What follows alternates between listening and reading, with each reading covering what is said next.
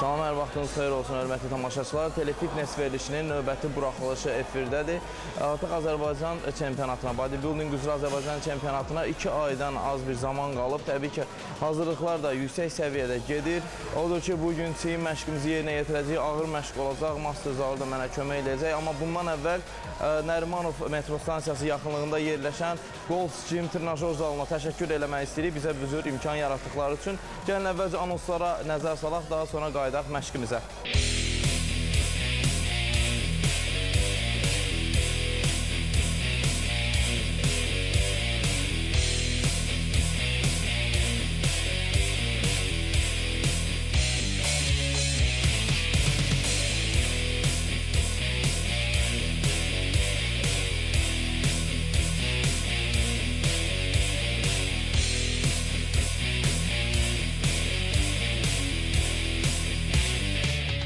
Qaydırıq əsas məşqimizə birinci çiynimiz, yəni çiyin məşqindən əvvəl həmişə çalışmalıyıq ki, çiyini qızışdıraq. Mütləq, amma mütləq qızışdırmaq, istindirmək lazımdır. Çünki Zaur nə üçün belə lazımdır, onu başa sal tamaşaçılara. Ona görə ki, çiyin manjetamız, yəni ki, çiyin sustavı çox oynayan-oynadır. Demək olar ki, 360 dərəcə biz bunu yəni, o yana, bu yana işləyə bilərik. Ona görə bu çox travm verici bir упражнениyalardan çiyini işlənirlər. Ona görə biz çalışmalıyıq ki, çiyin manjetasında olduğu qədər razminka eləyək. İstənilən ağırlıq zədə yetirə bilər bizə. Yüngül çəkindən biraz çox повторение. Buyur. Odur ki, başlayaq qızışdırmağa, sonra keçək ağır məşqimizə.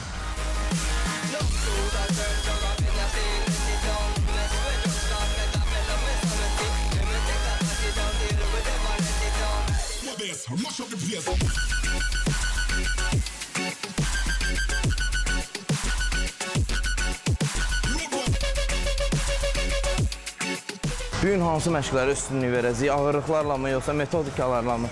Bu günlər biraz yarış qabağı ilə karbohidratımız var. Ona görə mən elə fikirləşirəm ki, hardcore göstərə biləcəyik bu günlərə. Bu arada karbohidrat demişkən elə kardio yadıma düşdü. Kardiodan da danışarıq. Danışarıq, kardiodan ətraflı danışarıq.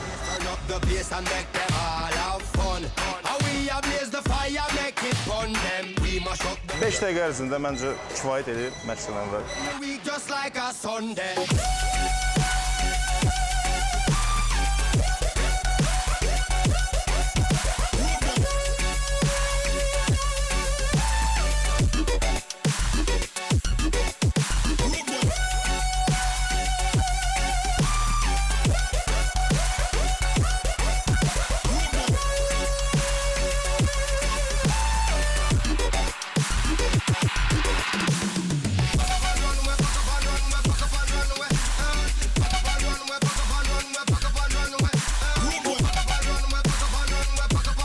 Birinci qızışma yanaşmasını yerinə yetirdik. İndi keçirik ikinciyə. Nisbətən ağırlaşdıracağıq. Sonda kömək eləyəsən də yəqin. Baxarıq.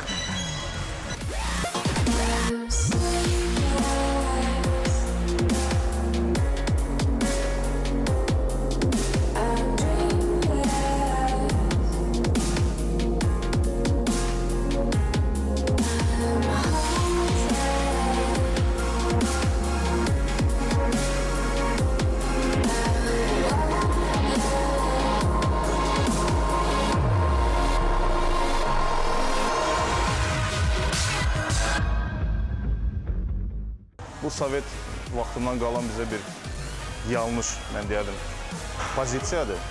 Yəni ki, əgər biz boynun arxasına ştanqanı salırıqsa, bu çiyinin dal tərəfi işləyir, orta hissəsi. Əgər qabaq işləyiriksə, bu çiyinin qabaq hissəsi.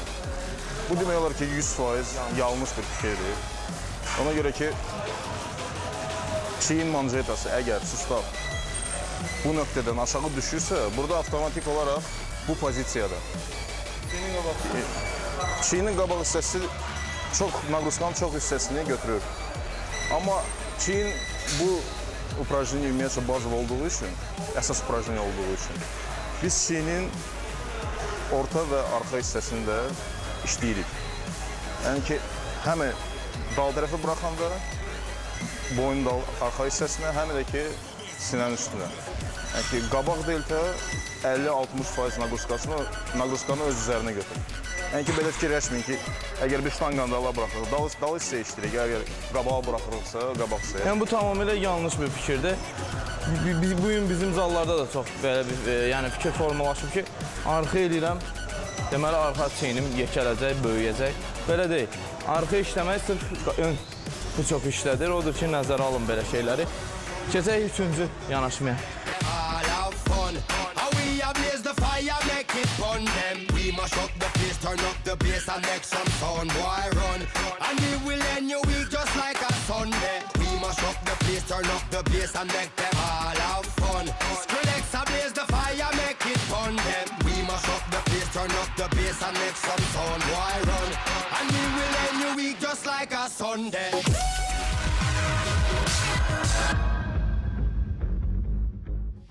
Axırıncı yanaşmamızdır. Bunu drop set eləyəcəyik. Ağır çəkidən, özünüz bildiyiniz kimi drop set ağır çəkidən periodik olaraq yüngül çəkiyə qədər dayanmadan yanaşmaları yerinə yetirməkdir. Drop setdə kömək lazımdır. Daşları çıxartmağa odur ki, biz kim çağıraq? Hə, qardaşlar. Drop setin ilk yanaşması həmişə az olur. 4-5 təkrar olur.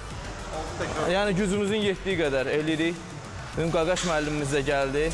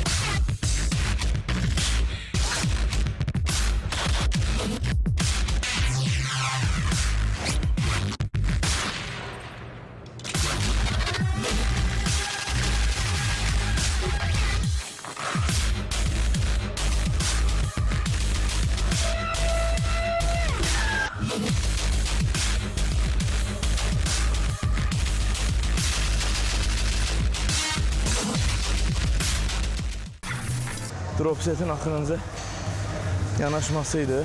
Təbii ki, yoruldu. Hələ belə məşqimiz çoxdur, 3-4 məşqələmiz var. Amma doğrudan çox yorur insana. Məsələn, axırıncı yanaşmada ümumiyyətlə hiss eləmirsən çiyini.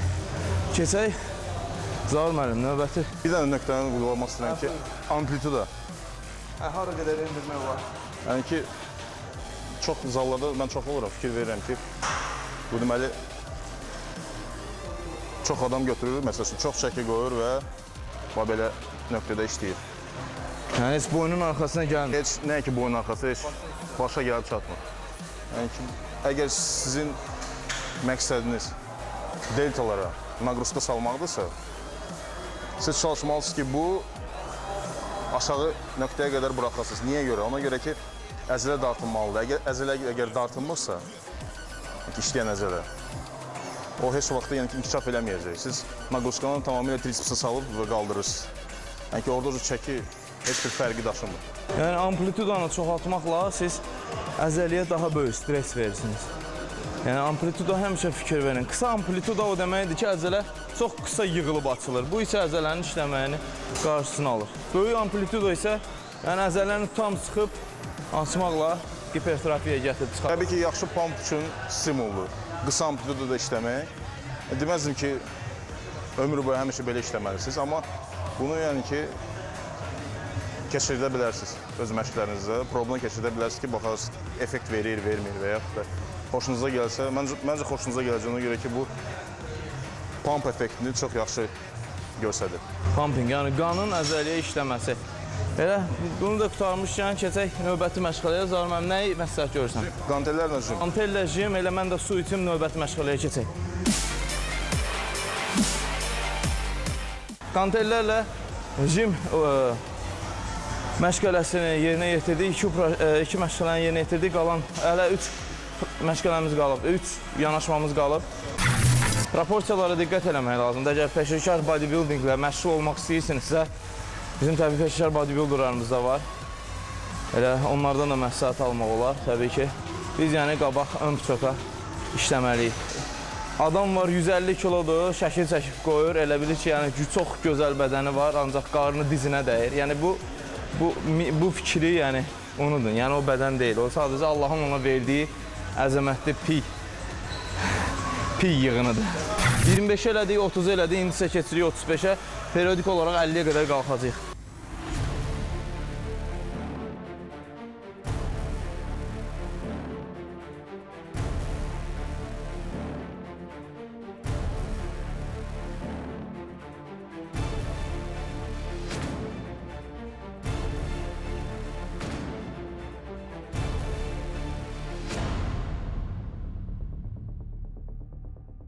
Kardio haqqında söhbət edəcəyik. Bugünkü verilişimizin sonunda kardio haqqında mövzuya toxunacağıq. Kardio nədir? Çox adam elə bilir, kardio arıqlamaq üçündür. Kardio əslində bu deyil, kardio metabolizmin sürətlənməyidir. Bu haqda daha ətraflı danışacağıq. Məşqimizin ortasında və verilişimizin sonunda daha geniş toxunacağıq bu məsələyə. Hələ ki, məşqimiz davam edir.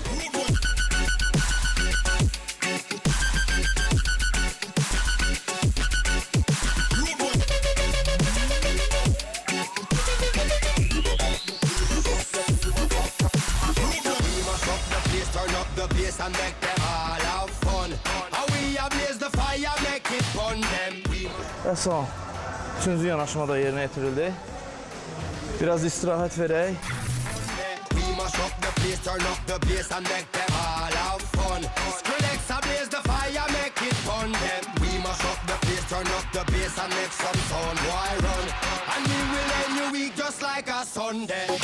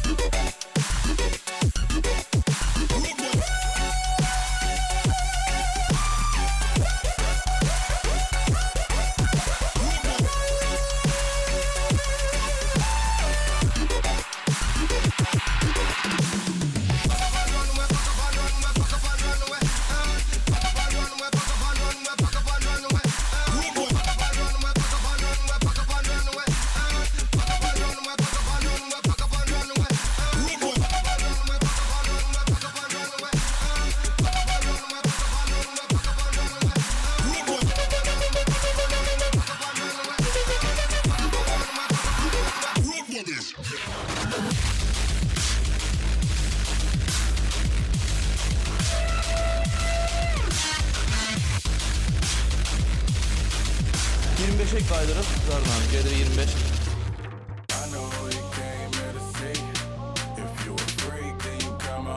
Cheating olar axırda, yoxsa? Axırda.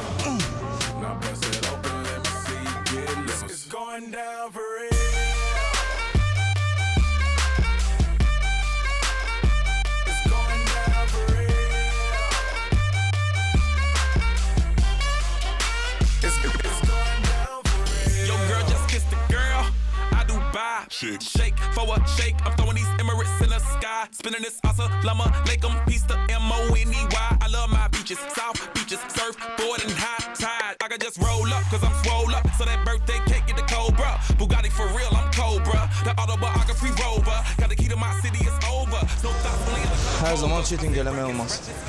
Ancaq axırda və ağır çəkilərdə. Artıq hiss edirəm ki, bədənimdə glikogen getdikcə sıfıra düşür. Qaydaq o suallara, Zaur müəllim, bizə ünvanlanan suallara. İlk sual belədir, çox məntiqli sualdır. Presin çıxmağı üçün protein lazımdır. Protein. Fuad özü də dəfələrlə deyib verilişlərində. Yəni ki, mənə də pastayanla o sual verilir. Ümumiyyətcə, pres çıxmaq üçün nə eləmək lazım? Çoxlu pres eləmək lazımdır və yaxud çoxlu protein içməyə, çoxlu kreatin. Biri deyir ki, nə bilim, başı az qalmaq lazımdır pres çıxması üçün. Təbii ki, yox. Bunlar hamısı yanlışdır. Pres əzələdir. Sadəcə olaraq elə insanlar var ki, andan gəlmə bu pres, indi metabolizmləri sürətlidir, bu pres görsənir. Elə insanlar varsa, yəni metabolizm biraz zəifdir, bu pres əzələsi pərdə ilə örtülü belə deyək, pərdə. Bu təbii ki, bu yağdır, bir də sudur. Bu yağı da əritmək üçün, yəni ki, mən bir yağları da dedim, yəni kardio və diyeta. 70% diyeta və məşqlər. Əgər siz bunu eləyirsinizsə, səbr edin, vaxt gələcək, siz presinizi görəcəksiniz. Saatlarla elə insanlar var ki, zalda gəlir, görürsən ki, girirən saatlarla pres edilir. Təbii ki, bu gülməlidir. Pres əzələsi siz yuxudan, yataqdan qalxandan sonra bu pres əzələsi işlədir. Çünki bu, mən deyərdim ki, ayaqla bərabər işləyən bir əzələdir. Yəni, gün ərzində öz naqruskasını götürür. Heç bəzi peşəkarlar var ki, ümumiyyətlə pres hərəkətlər eləmirlər. Onlar bu pres hərəkətini ümumiyyətcə eləmirlər. Niyə görə eləmirlər? Yəni ki, burada da bir məntiqi var. Pres əzələdir. Siz nə qədər bu əzələndə çox naqruska salsaq, o təbii ki, o əzələ yekəlir. Bu əzələdə ümumiyyətcə, yəni ki, bizim belə deyilər, Allahdan verilən örtüydür. Əzələ örtür. Diafragmadan sonra bağırsaqları qatarı ötür. Yəni ki, siz əgər presi çox edərsə, sizin qarnınız təbii ki, biraz qabağa çıxacaq. Yəni, ona görə də çox adı baxsan görürsən ki, qadınlar hətta çəki ilə eləyirlər. Bakavoy preslər eləyirlər çəki ilə. Təbii ki, siz bakavoy pres edirsiniz çəki ilə, sizin yanlarınız daha da kobudlaşacaq və əzələ şişəcək. Amma bodybuildingin, yəni ki, əsas pravila bir şey var da, yəni ki, bədən X vari olmalıdır. Ki, balaca bel nahiyəsi, enli çiyinlər. Əgər siz ağır çəkilərlə bakavoy pres edəcəksinizsə, bu təbii ki, əzələ şişəcək. 25 edirik sonra.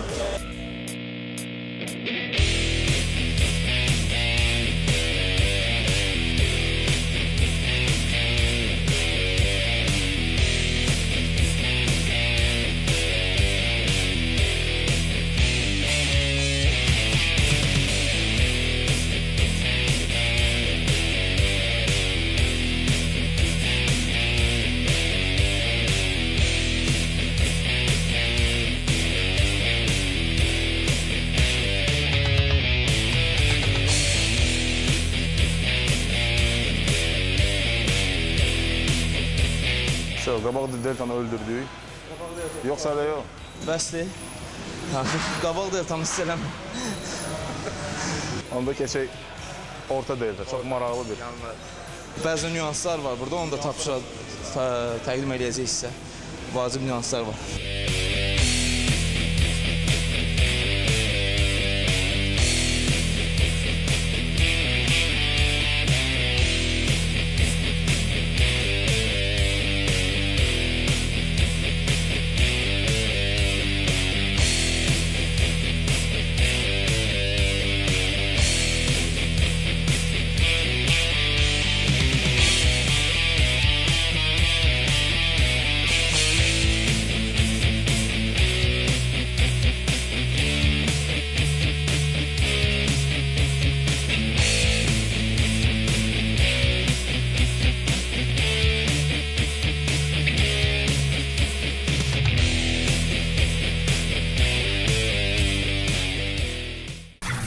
Burada olan vacib nüansı çatdırardı. Burada bu upraşniyada vacib olan nüans odur ki, yəni ki, orta deltanın bazı upraşniyası, yəni ki, bazı hərəkəti bu çaqadır. Yəni ki, başqa bir upraşniya mövcud deyil ki, imенно bu əzələni ayrıca bu naqruskada siz işləyə bilərsiniz. Ki, razvodka tək orta deltaya getmir. Yəni ki, getsə də siz onu o boyda çəkinə işləyə bilmirsiniz. Amma bu sırf orta deltanı işlədir və cüzi trapeziya vidini təbii ki, stabilizator kimi. Mən belə fikirləşirəm ki, ümumiyyətcə, yəni ki, deltoidin lüboy hərəkətini trapeziya vidini əzələ ki, bir əzələ kimi o istifadə olunur. Bizim bədənimiz elə qurulur. Yəni ki, deltoid əzələsi bizim sustava bağlıdır. Yəni dartma yeganə məşğələdir ki, bazıvıdır. Orta puçok üçün bazıvı ujreniyadır. Yeganə məşğələmizdir. Yəni maxlar hamısı izolyasiyonludur. Yəni iki sustavın, burada sadəcə bir sustav gedir. Üçüncü yanaşmada zarlanır.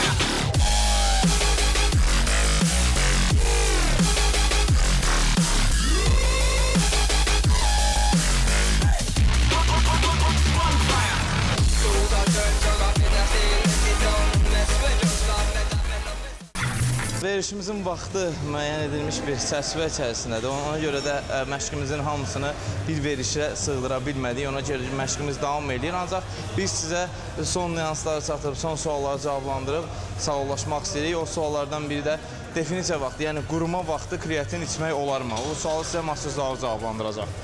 Ümumiyyətlə bu definisiya deyilən belə bir əzələnin dərinliyi. Bu effekt alınır, yəni ki, siz oput yığdıqca, yəni suşka çox keçdikcə, suşka prosesini çox keçdikcə, yəni ki, bu illər tələb edir. Yəni ki, siz əgər məşqə 5-6 ay başlamışsa, elə fikirləşməyin ki, siz kreatin içib suşkaya oturub ki, o sizə effekt verəcək.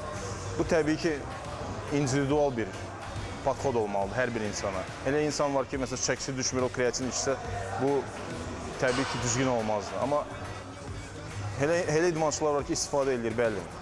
Suşka zamanı kreatin istifadə edirlər. Yəni ki, o da genetika baxır. Genetik, yəni ki, bu insan əgər çəkini salmağa tez meyillidirsə. Ümumiyyətlə definisiya isə illər tələb edir. Yəni ki, o 6 ay, 1 ilə alınan effekt deyil. Effekt deyil, əlbəttə ki.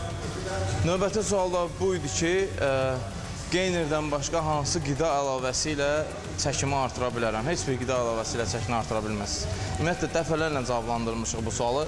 İnsan əgər gündəlik rasionun 5-6 yeməkdən, yəni 4000 kalori, indi insanın öz çəkisi də var, düzdür. Çəkisinə görə artıq kalori qəbul eləmirsə, bu mümkün, onun kökəlməyi, onun böyüməyi mümkün deyil. Yəni, bu bioloji olaraq, yəni bu real bir şey deyil.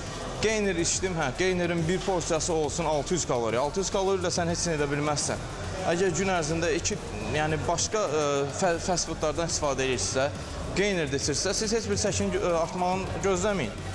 Geyner ancaq sizə qida əlavəsi kimi, yəni kömək olaraq, yəni gəlmişsiniz 3500 kalori yemişsiniz, əlavə orada əksiz kaloriniz qalıbsa, ki bu da məsləhət görülmür, ancaq yəni nə eləmək olar? Geyneri içə bilərsiniz, əlavə olaraq, kömək olaraq. Buna dabafqa olaraq ruslar demişlər. Ancaq geyner, ümumiyyətlə bodybuilding idman növündə, bu idmanlarda heç bir sirli bir tabletka, heç bir sirli bir toz yoxdur ki, onu içəsiz, o sizə sehir göstərərək, siz necə əzələniz böyüsün, presləriniz çıxsın, quru qalın, ancaq belə bir şey yoxdur. İllər tələb edilir, illər tələb olunur, əziyyət tələb olunur, vaxt, səbir, diyeta, təbii ki, ilin bütün vaxtında diyeta. Mən şəxsən günün hər dəqiqəsi düyü ilə toyuqla gəzirəm. Yəni, belə deyək də, yeməklə gəzirəm, qidamla gəzirəm. Çünki mən hər 3 saatdan bir, 4 saatdan bir qidamı qəbul eləməliyəm. Bir də bu nüansa toxunmaq istəyirəm. Çox qadınlar, mən fikir vermişəm zallarda, bizim zalda, xüsus, yəni yemək yemirlər, ümumiyyətlə yemək yemirlər. Soruşanda ki, nə yemirsən, deyir, gün orta doğğa içmişəm, vəssalam. Daha heç nə eləmirəm. Belə arıqlaya bilməzsiniz. Çünki metabolizm dayanır.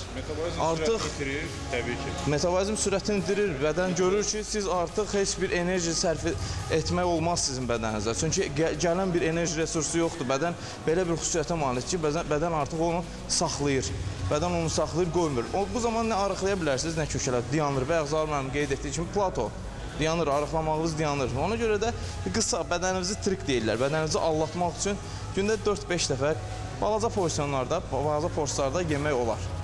Belə, hörmətli tamaşaçılar, bugünkü telefitness verilişimizdə sonuna çatdıq. İdmanı sevin, Azərbaycanı sevin. Bizdən ayrılmayın.